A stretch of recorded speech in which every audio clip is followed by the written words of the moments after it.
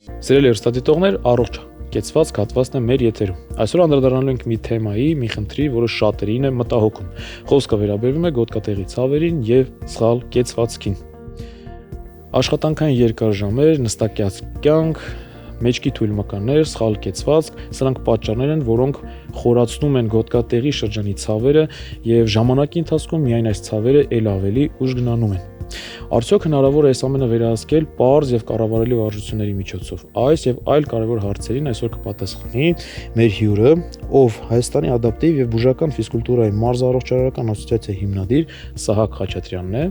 Ողջույն Սահակ։ Ողջույն։ Ուրախ ենք ձեզ մեր տաղավարում տեսնելուն եւ առաջին հարցը հետեւյալն է, հենվելով ձեր փորձի վրա, որոնք են այն հիմնական պատճառները, որոնցից առաջանում է գոտկատեղի շրջանի ցավերը կամ սխալ կեցվածքը։ Մասնավորապես դա մեջքի թույլ մկաններն են, նստակյաց կյանքն է, սխալ կեցվածքն է։ Այո, ինչպես նաև մասնագիտական աշխատանքային որոշ կրկնվող նույն դիրքերը, ինչպես նաև այդ նստակյաց դիրքերը, որոնք ժամանակավորապես իրանք չեն հերթափոխվում այլ կեցվածքներով։ Եվ իհարկե նման դեպքերում առաջանում է կեցվածքային շեղումներ, ինչպես նաև մկանային թուլություն, մի հատվածը մկանների ողնաշարի գերլարվում են, մյուս հատվածները թուլանում են եւ սկսվում է առաջին ազդանշանները։ Եվ ասեմ, որ առաջի ազդանշանները հենց մկանային ցավն է սկսվում կամ գոտկային հատվածի այդ շեղող վիճակն է սկսվում, որ արդեն թեք են կանգնում կեցվածքում,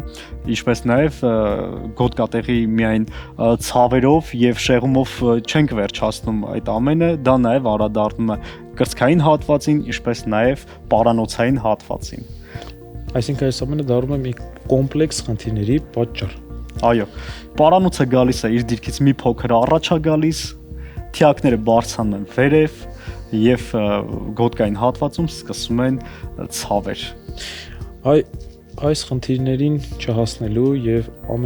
սկզբնական փուլերում վերահսկելու համար կան արդյոք վարժություններ, որոնք կարող են կատարել, որպեսզի խուսափենք նմանատիպ բարդություններից։ Իհարկե, բոլոր դեպքերում ունենք կանխարգելող վարժություններ եւ կարող են 1-2 վարժությունները ցույց տալ կանգնած դիրքում, 1-2 վարժությունները նաեւ չորեքթաթ դիրքում ցույց տալ։ Եվ լավագույն վարժություններից մեկը հենց մեջքի մկանները ամրացնող վարժություններն են։ Եթե կանգնած դիրքում ենք, ուղղակի ձեռքերը պետք է պահենք մեջքի հետևում,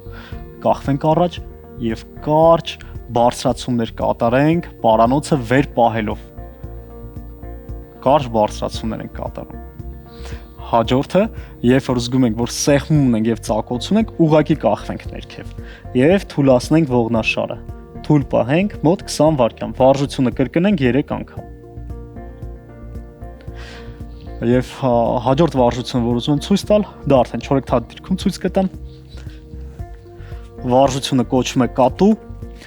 եւ մարմինը ամբողջությամբ փորձում ենք բարձրացնել հենց գոտկային հատվածը եւ կրծքային հատվածը վերև, կատվի պես բարձրանում ենք, պահում ենք 10 վայրկյան եւ իջնում ենք։ Նորից եւ իջնում ենք։ Վարժությունը կրկնում ենք 5 անգամ։ Այսպիսով թուլացնում ենք հենց մեջքի գոտկային հատվածի մկանները։ Իսկ մկանները ուժեղացնելու համար Վարդան ես կուզեմ ցույց տալ հաջորդ վարժությունը եւ այս դեպքում պահում ենք ձախ ոտքը հետ եւ աչը առաջ պահում ենք 3 վայրկյան 1 2 3 եւ հերթափոխում ենք քանի մոտեցումով 5 մոտեցում 3 վայրկյանով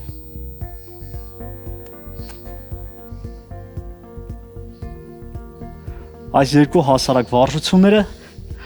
կօգնեն մի կողմից թուլացնել ցավը, իսկ մյուս կողմից ամրապնդել մեջքի մկանները։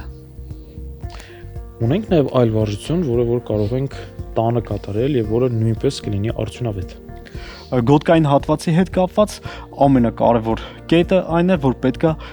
ճկունությունը պահպանվի, ողնաշարի ամբողջ ճկունությունը պահպանվի եւ մարմնամարզությունը որպես առավոտյան առաջին հենց քայլ պետք է սկսենք դրանով։ Ես ուզում եմ խորհուրդ տալ, որ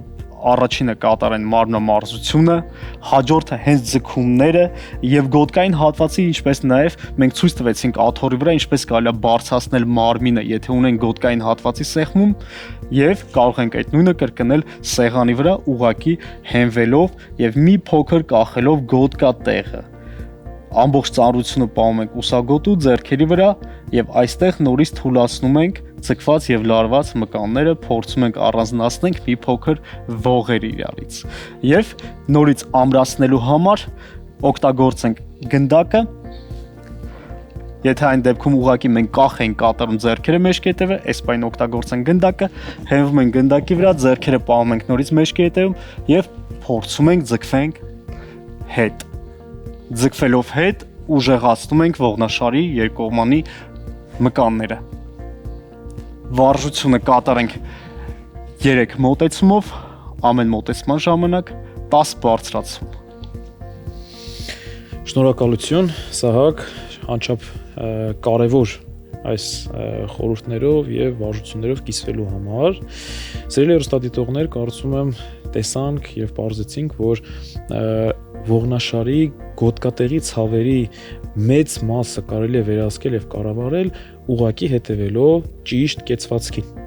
Եվ այս ամենի համար իհարկե նաեւ անհրաժեշտ է որպեսզի կատարենք պարզ վարժություններ, որոնք ձեզանից չեն պահանջի օրվա կտրվածքով ավելին քան 5 րոպե։ Եվս մեկ անգամ շնորհակալություն հայտնենք Սահակին օգտակար խորհուրդների համար, իսկ մենք շարունակում ենք մեր հաղորդումը։